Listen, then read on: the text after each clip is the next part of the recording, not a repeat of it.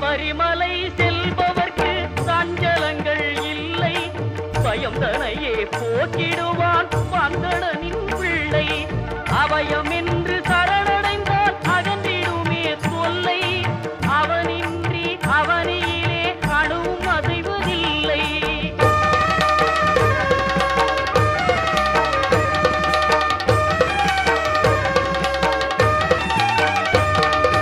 வீட்டை விட்டு கட்டும்